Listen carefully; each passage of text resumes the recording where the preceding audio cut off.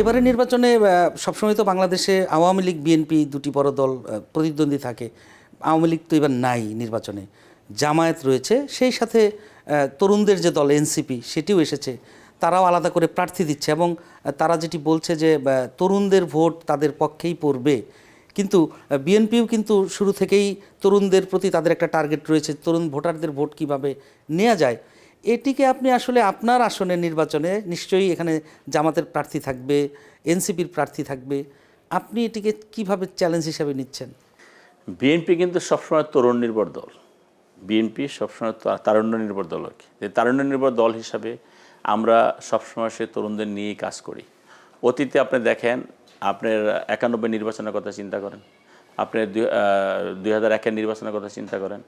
এই যে দুইবার মানুষ একক সংখ্যাগরিষ্ঠতা দিয়েছে, সেটা তরুণদের ভোটে কিন্তু দিয়েছে এবং তরুণরা সবসময় বিএনপির পক্ষে থাকে। তরুণরা বিএনপির পক্ষে কেন থাকে?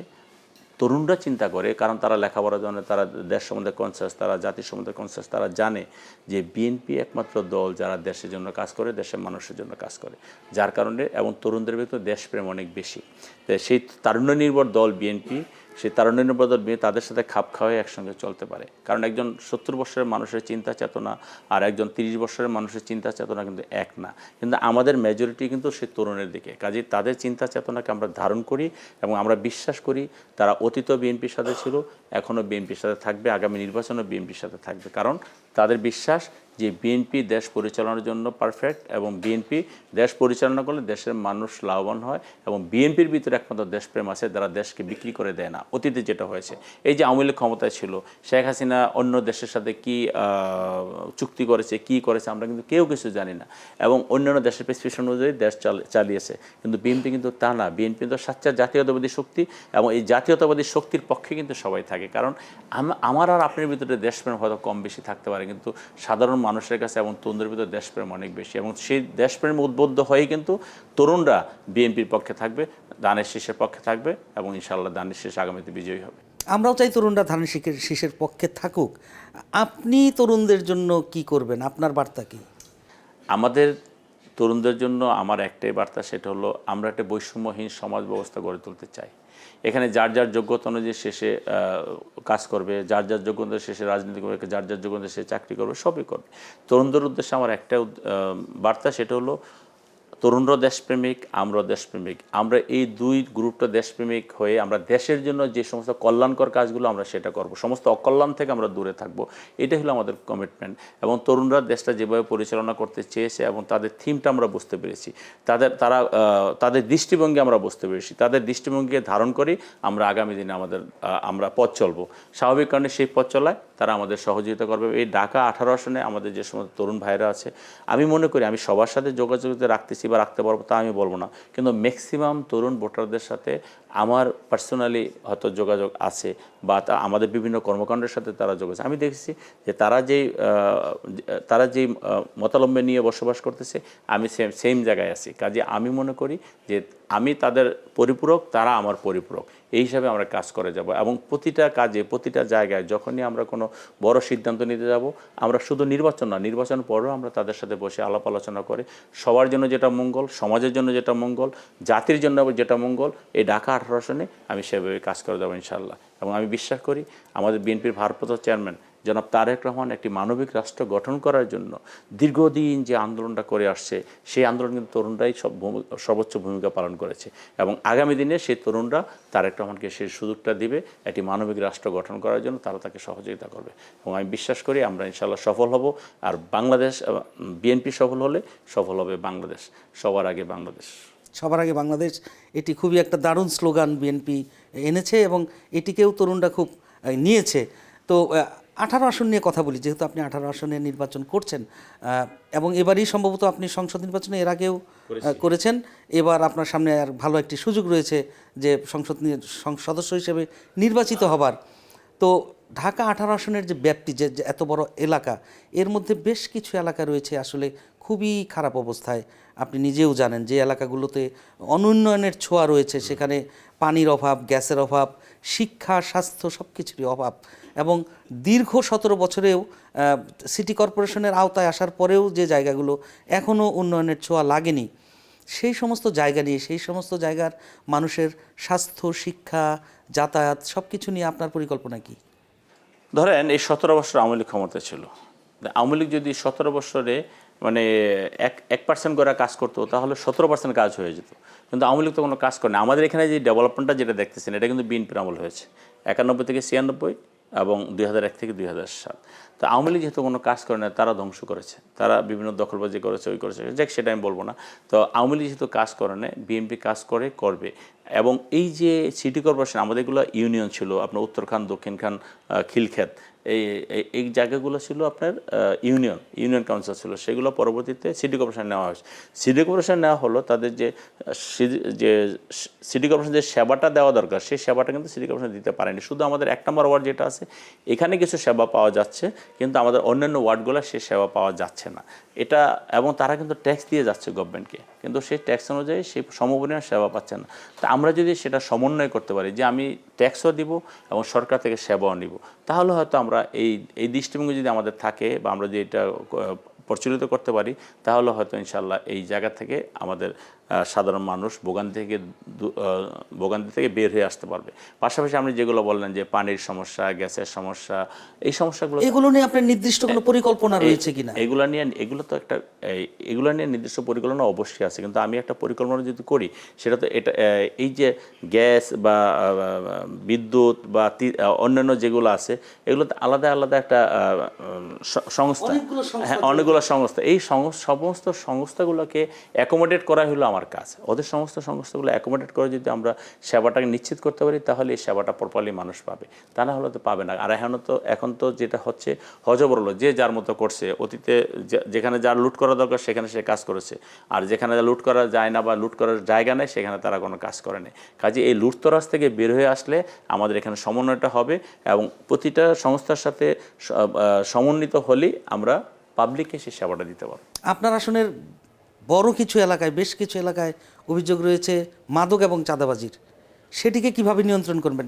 আসলে যারা এটি করে, এটি কিন্তু এই রাজনৈতিক দল, ক্ষমতাধর যারা, তাদের ছত্রছায়াতেই করে। এটা অতীত হয়েছে, এটা ঠিক অতীত হয়েছে। যদি দেখেন আপনি, বদি একজন এমপি, সে বদির মতো লোক কক্সবাজার থেকে ঢাকাতে বা বিভিন্ন দেশ থেকে মাদক সাপ্লাই করতো। এটা আপনার পেপার পত্রিকা আপনারা লিখেছেন, ইয়াবা সাপ্লাই করতো। তো একটা সরকারের এমপি যদি এই ধরনের কর্মকাণ্ডের সাথে জড়িত থাকে, তাহলে সেই প্রধানমন্ত্রী কী করে? যদি প্রধানমন্ত্রী কোনো পদক্ষেপ না নেয়, তাহলে বুঝতে হবে সেই প্রধানমন্ত্রী সেই কাজের সাথে জড়িত। তো অতীতে এই কর্মকাণ্ডগুলো হয়েছে, দুর্নীতিতে আমরা চ্যাম্পিয়ন হয়েছি। কেন হয়েছি? শেখ পরিবার পুরাই এই কাজগুলো করেছে, দুর্নীতি করেছে এবং বাংলাদেশের টাকা সমস্ত পাচার করেছে। বাংলাদেশের যে টাকার পাচারের হিসাবটা আমরা শুনি, 30 লক্ষ হাজার কোটি টাকা পাচার হয়েছে, 4টা বাজেটের সমান। তাহলে যদি এটাই হয়ে থাকে, তাহলে ওই টাকাগুলো যদি পাচার না হয়, বাংলাদেশে যে টাকাগুলো থাকতো, তো বাংলাদেশ তো একদিন টাকার উপরে বাসতো। আমেরিকার ইকোনমি কি বা চায়নার ইকোনমি কি, তার চেয়ে অনেক ভালো ইকোনমির অবস্থা থাকতো আমাদের এখানে, তাই না? কিন্তু তারা তো সেটা করেছে এবং তারা এই অপরাজনীতি, অপকর্ম, দুর্নীতি, চাঁদাবাজি, সন্ত্রাসী, মাদক সমস্ত কিছুর জন্য তো তৎকালীন সরকার থেকে শুরু করে আওয়ামী লীগের সমস্ত নেতাকর্মীরা জড়িত ছিল। তো আমরা সেই জায়গাতে তো আপনারা জানেন যে বিএনপির সম্বন্ধে কিন্তু এরকম কোনো, আপনারা কতটা কঠোর হতে পারবেন? কঠোর হতে পারবো, কেন পারবো না? আমাদের কাজ তো হলো সমাজকে নিয়ে, আমাদের কাজ তো হলো মানুষকে নিয়ে। এবং এই যে দীর্ঘদিনের যে কাজটা করে আসছে সেটা পরিবর্তিত জায়গায় চলে এসেছে। রাষ্ট্রের, সমাজের সমস্ত মানুষ একত্রিত করে কিন্তু পরিবর্তনটা করেছে, 5ই আগস্ট করেছে। কাজেই পরিবর্তিত জায়গায় থেকে আমাদেরকে সর্বোচ্চ সতর্কতার সাথে এবং সর্বোচ্চ কঠোরতার সাথে আমাদের সেগুলো নির্মূল করতে হবে। তবে মাদক আপনি একদিনে নির্মূল করতে পারবেন না, দুর্নীতি আপনি একদিনে নির্মূল করতে পারবেন না, কিন্তু আপনার সরকার যদি সচেষ্ট থাকে, আপনার জনগণ, আপনার পার্টির নেতাকর্মী যদি সচেষ্ট থাকে, ইনশাল্লাহ সেটা সম্ভব। হয়তো একটু টাইম লাগবে, কিন্তু সেটা সম্ভব। সেটা একমাত্র বিএনপি পারবে, অতীতে পেরেছে, এখনও পারবে, আগামীতেও পারবে ইনশাল্লাহ। সদিচ্ছার দরকার। যদি সদিচ্ছা থাকে তাহলেই সেটি সম্ভব। এবং আপনারা যারা রাজনীতিবিদ রয়েছেন, আপনারা যদি চান, আপনি যদি চান আপনার এলাকায় মাদক থাকবে না, দুর্নীতি থাকবে না, চাঁদাবাজি থাকবে না, নিশ্চয়ই আমরা মনে করি সাধারণ মানুষ হিসেবে সেটি থাকার কথা। আমার নিজেকে আগে ভালো হইতে হবে। আমি যদি ভালো হই, তাহলে আপনাকে তো খারাপ করার কাজ করার সুযোগ দেবো না। আমি যদি ভালো হই, আমাদের কোনো দলীয় নেতাকর্মীকে খারাপ করার সুযোগ দেবো না। আমি যদি ভালো হই, সাধারণ জনগণকে কোনো খারাপ কিছু করার সুযোগ দেবো না। এটাই তো বাস্তবতা। কাজেই যে নেতৃত্ব দিবে তাকে অবশ্যই ভালো হতে হবে। আপনি দেখেন, জিয়াউর রহমানের কথা চিন্তা করেন। জিয়াউর রহমান কতদিন বেঁচে ছিলেন? এই দেশের জন্য কি না করে গেছেন? খালেদা জিয়া 3বার প্রধানমন্ত্রী ছিলেন, এই দেশের জন্য কি না করেছেন। কাজেই দায়িত্ব নিয়ে নিজে সৎ হয়ে যদি কাজ করি তাহলে কিন্তু আমরা পারবো, পেরেছি। অতীতে আমাদের নেতা জিয়াউর রহমান দেখিয়েছে, মাত্র 3 বছর ক্ষমতাকালীন সময়ে এই যে এতদিন স্বাধীনতার পরে যে মাত্র 3 বছর ক্ষমতা ছিল, সে একটা তলাবিহীন জুরিকে আজকে কোথায় নিয়ে এসে সে আদর্শ বাস্তবায়ন করে আমরা 19 দফার ভিত্তিতে আমরা এখনও রাষ্ট্র পরিচালনা করছি। আগামীতে সেটা 31 দফায় যাচ্ছে বা আরও বেশি দফা।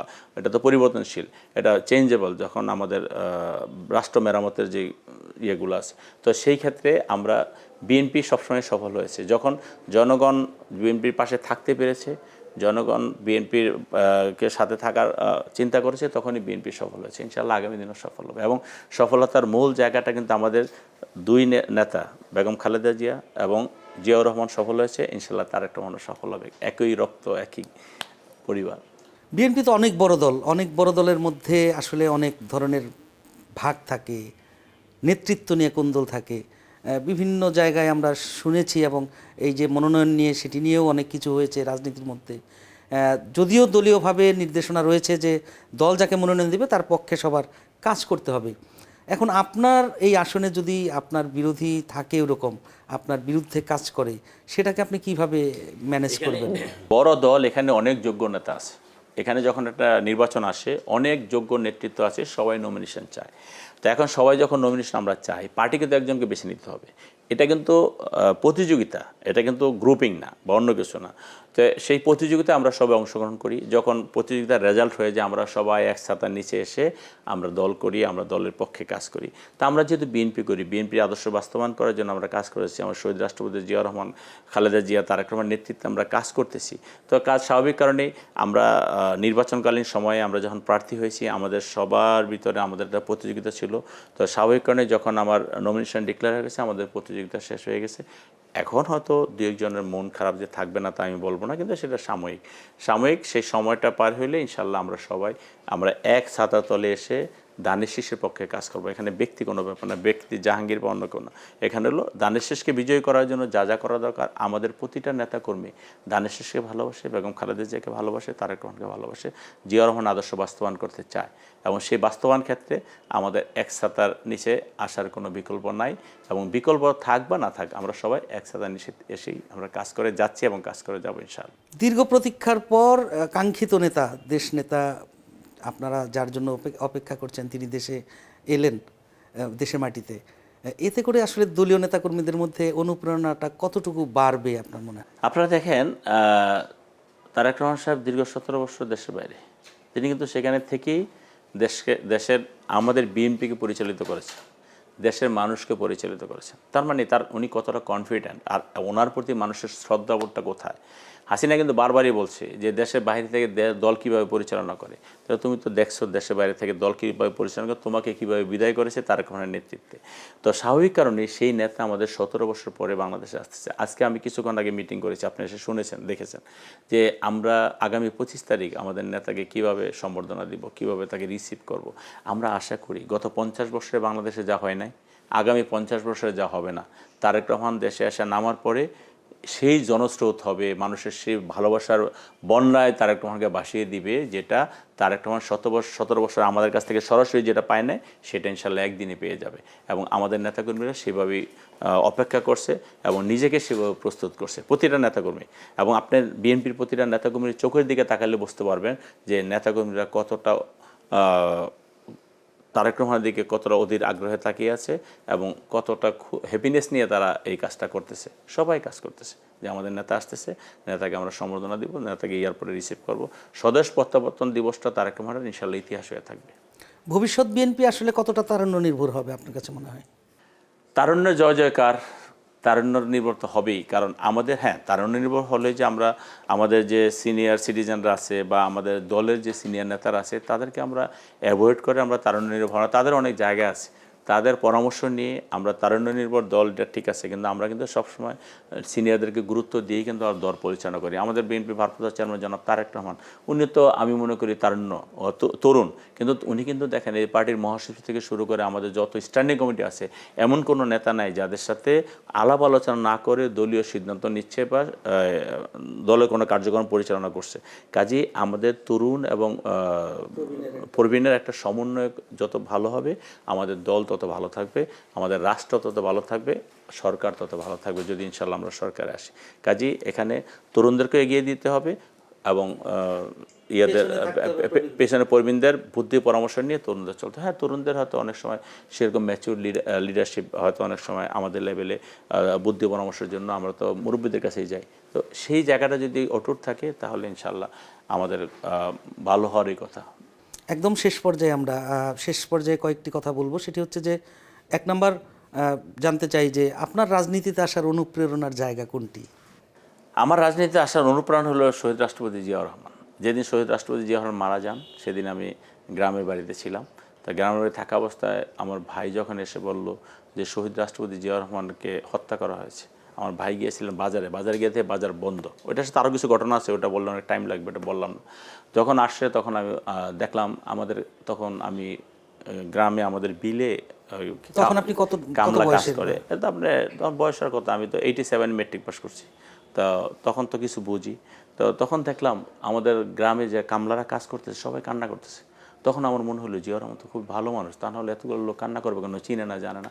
ওইটাই আমার বিএনপি করার পিছনে বা রাজনীতি করার পিছনে আসা। তারপরে যখন দেখলাম স্বৈরাচার বিরোধী আন্দোলনে বেগম খালেদা জিয়া নেতৃত্ব দিচ্ছে, 87-88 সালে আমি তখন কলেজে পড়ি, তখন যখন দেখি এরশাদ বিরোধী আন্দোলন হচ্ছে তখন ম্যাডামের নেতৃত্ব দেখলাম, এবং তখন তারপর থেকে বিশেষ 88 থেকে রাজনীতিতে ঝাঁপায় পড়ছি আর কি, যে না এই স্বৈরাচারকে পতন করানোর জন্য যে কর্মগুলো করছে সকলকে আমি একজন ছাত্র হিসাবে, আমি দেশের একজন নাগরিক হিসাবে আমাকে সহযোগিতা করতে হবে, এবং সেটা বিএনপির নেতৃত্বে, ছাত্রদলের নেতৃত্বে। তখনই আমি সেটা শুরু করলাম।